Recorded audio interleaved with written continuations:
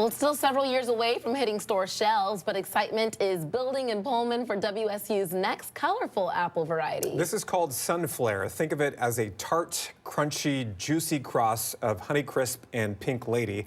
Joining us live to talk about this new apple variety and the research that went into its creation is Dr. Kate Evans, a professor at Washington State University. She was instrumental in the development of Sunflare and the Cosmic Crisp, which is already in stores, of course. So welcome to the show, Doctor. Nice to have you with us this morning. Yeah, great. Thank you. It's great to be able to join you. We understand Sunflare is the third apple to emerge from WSU's breeding program, and it was first bred back in 1998. Can you explain to us some of the work and research that goes into creating a new apple variety? Yeah, sure. So every new variety of apple is originally comes from one seed. So as a breeder, what we do is choose two parents that we think combined will produce offspring that are better than the parents or have new unique quality characteristics. And so then it's all just about evaluating thousands of seedling trees to identify the best one or ones. So we do a lot of propagation of making more trees, a lot of work on how well does the fruit store, because we want to be able to provide great quality fruit for 12 months of the year. And then, of course, how does the grower grow it?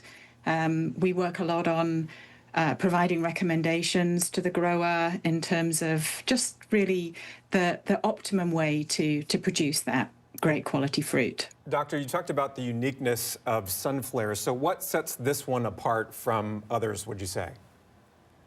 Well, they're all different, right? And it's that combination of texture, a firmness, crispness, juiciness, and then sweetness and tartness that really make every different apple variety unique. And so this particular apple is, I would say it's slightly on the firmer side than Honeycrisp, but a bit crisper than Crisp Pink or Pink Lady. And that kind of tart sweet balance is just a perfect combination with that texture.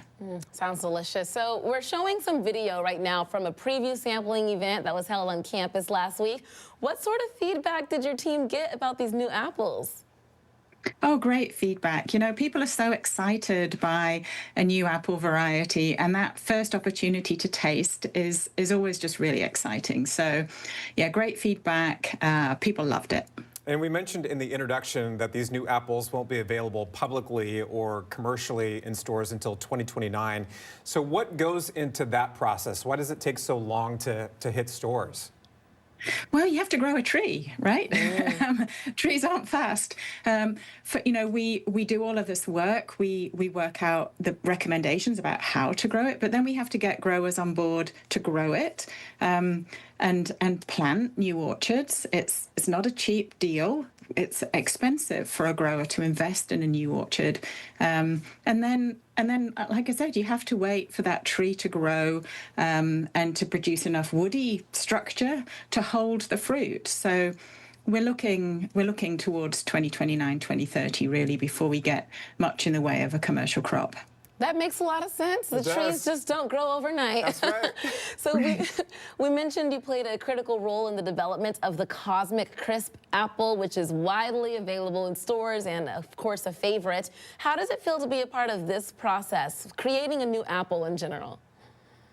Oh, it's just really, it's a great feeling to provide that new healthy fruit product for consumers to eat. And, I just, having had the experience with Cosmic Crisp, where I can kind of sometimes just do my kind of stalk a bit at the supermarket and just stand there and watch consumers just go straight to the Cosmic Crisp, put it into their cart and wheel off. No hesitation. That is just such a wonderful feeling. And to be able to then have a second apple, which has got a very different eating quality to it than Cosmic Crisp, and I think will appeal to a whole load of different consumers.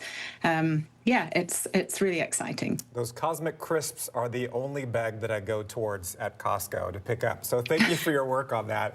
I've also been hearing from people who have maybe tasted this new variety saying it might be good for pie creation. Like people are already thinking how they're going to use this in a baking capacity too, which is cool.